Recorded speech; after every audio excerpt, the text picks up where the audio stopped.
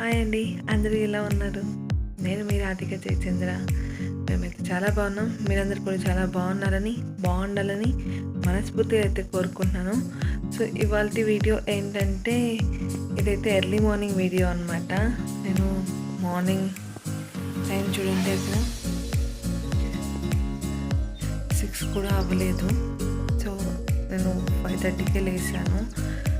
ఈరోజు పాపకి box ready చేసేటప్పుడు వీడియో తీద్దామని అనుకుంటున్నాను. లంచ్ బాక్స్లోకి గోంగూర కర్రీ చేస్తున్నాను. ఆ రెసిపీ మీతో షేర్ చేసుకోవడానికి అయితే ఈ వీడియో తీస్తున్నాను. సో లేట్ లేకుండా గోంగూర కర్రీ ఎలా చేయాలో చూసేద్దాం. మనం ఉదయాన్నే లేచినప్పుడు బయటకు వచ్చి చూసే ప్రకృతి చాలా అందంగా ఉంటుంది కదండి. కానీ ఈ ఉరుకుల పరుగుల జీవితంలో ఈ ప్రకృతిని ఆస్వాదించడానికి అస్సలు టైం ఉండదు. ఇక్కడ బ్రేక్ఫాస్ట్గా మైసూర్ బోండా ప్రిపేర్ చేద్దామని నేను నైటే పిండిని రెడీ చేసి పెట్టుకున్నాను. దానికి కాంబినేషన్గా టమోటా చట్నీ అండి. సో నాకు మార్నింగ్ లేవగానే మొదట ఉండే అలవాటు ఏంటంటే, ఇలా పాల మీద మీగడ ఉంటుంది కదా, దాన్ని సపరేట్ చేసేసి నేను ఒక బౌల్లో తీసి పెడతాను. ఇలా వీక్లీ వన్స్ అయిన మీగడ్ని నేను వెన్నలా తయారు చేసుకుంటాను. సో వెన్న ఒక 2-3 వీక్స్ అవుతుంది కదండి, దాని అంతా నేను నెయ్యిలా కాస్తానన్నమాట. ఈ విధంగా నేను నా పిల్లలకి హోమ్ మేడ్ ఘీ అందించడానికి ట్రై చేస్తాను. రీసెంట్గా నేను హార్వెస్ట్ వీడియో పెట్టాను కదండి, అందులో గోంగూర హార్వెస్ట్ చేశాను కదా, ఆ గోంగూరతో ఇప్పుడు నేను కర్రీ చేయబోతున్నాను అనమాట. ఇది సుమారుగా ఒక 2 కట్టల గోంగూర అయితే ఉంటుందండి. నేను శుభ్రంగా వాష్ చేసి పెట్టుకున్నాను. సో ఇప్పుడైతే దీనికి కావాల్సినవి ఏంటంటే, ముందుగా నైటే నానబెట్టుకున్న శనగగింజలు అనమాట. ఇవి ఎండు కాబట్టి నానబెట్టుకోవాలి, పచ్చివి అయితే అవసరం లేదండి. ఈ కర్రీకి మెయిన్గా కావాల్సిన ఇంగ్రీడియంట్స్ ఏంటంటే, పచ్చిమిర్చి 15-20 అండి కారాన్ని బట్టి, టమోటా ఒక 3, ఉల్లిపాయ 1, ఉప్పు తగినంత, పసుపు 1/4 టీ స్పూన్ అండి. సో పచ్చిమిర్చి, టమోటా అండ్ ఆనియన్స్ని మనం చిన్న చిన్న పీసెస్గా కట్ చేసి పెట్టుకోవాలి. ఇప్పుడైతే ఒక కుక్కర్ గిన్నె తీసుకొని అందులోకి కట్ చేసుకున్న పచ్చిమిర్చి, టమోటా, ఆనియన్స్ని వేసి ఆ పైన మనం శుభ్రంగా కడుక్కున్న గోంగూరనైతే వేసుకోవాలండి. సో గోంగూర వేసుకున్నాక దాని మీద మనం ఏవైతే నైటే నానబెట్టుకొని ఉంటామో ఆ శనగగింజలను కూడా యాడ్ చేయాలి. చివరగా ఉప్పు ఇంకా పసుపు యాడ్ చేసి ఒక చిన్న గ్లాస్ వాటర్ని యాడ్ చేయాలండి. సో ఇప్పుడైతే మనం కుక్కర్కి మూత పెట్టేసి దీన్ని ఒక 3-4 విజిల్స్ వచ్చేంత వరకు ఉడికించుకోవాలి. సో ఇది విజిల్ వచ్చి పోయేంతలోపు మనమైతే పోపుకు కావాల్సినవన్నీ సిద్ధం చేసి పెట్టుకుందామండి.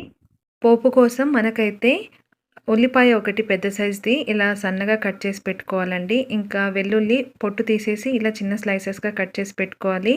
ఎండుమిర్చి ఒక 4-5 అండి. ఇక జీలకర్ర ఒక టేబుల్ స్పూన్, ఆవాలు ఒక టేబుల్ స్పూన్, దీంతోపాటు కరివేపాకు, మసాలా దినుసులైన చెక్క, లవంగం కూడా పోపులో వేస్తే బాగుంటుందండి. సో ఇప్పుడైతే కుక్కర్ విజిల్ తీసేసి మనం ఉడికినాయో లేదో చూద్దామండి.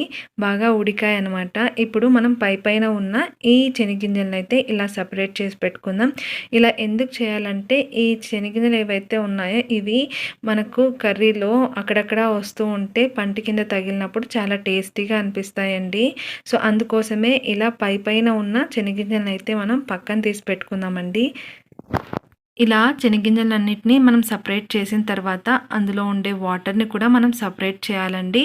వాటిని అంతటిని ఇలా ఒక గరిటె సహాయంతో మనం వంపేసుకొని, తర్వాత ఒక పప్పు గుత్తి తీసుకొని పచ్చిమిరపకాయలు, టమోటా, ఉల్లిపాయ ఇంకా గోంగూర ఉంది కదా, దాని అంతటిని బాగా స్మాష్ చేయాలి. సో అలా స్మాష్ చేసిన తర్వాత మనం ఏవైతే ఉన్నాయో శనగగింజల్ని ఇంకా వాటర్ని కూడా అందులోనే యాడ్ చేసేసి ఇలా కలుపుకోవాలన్నమాట కాసేపు.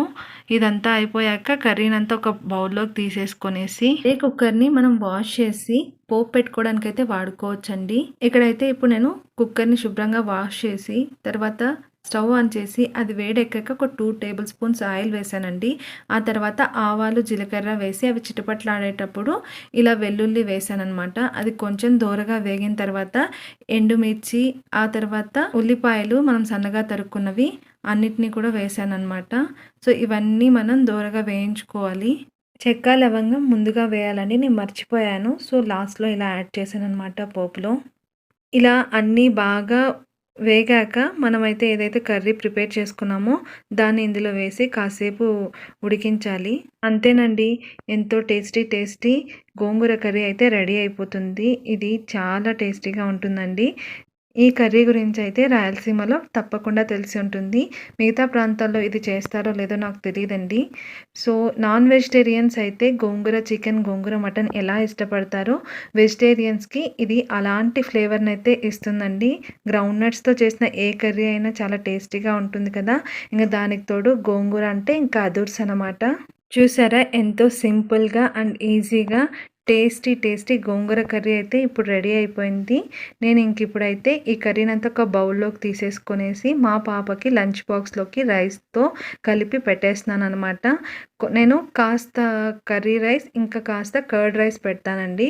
సో దట్ 2 ఇష్టంగా తింటారు. ఇదండి ఇవాల్టి వీడియో. హోప్ మీ అందరికీ నచ్చిందనే అనుకుంటున్నాను. నచ్చితే మరెందుకు ఆలస్యం ఒక లైక్ చేసి ఇంకా ఎవరైనా సబ్స్క్రైబ్ చేసుకోకుండా ఉంటే సబ్స్క్రైబ్ చేసుకోండి. Thank you for watching.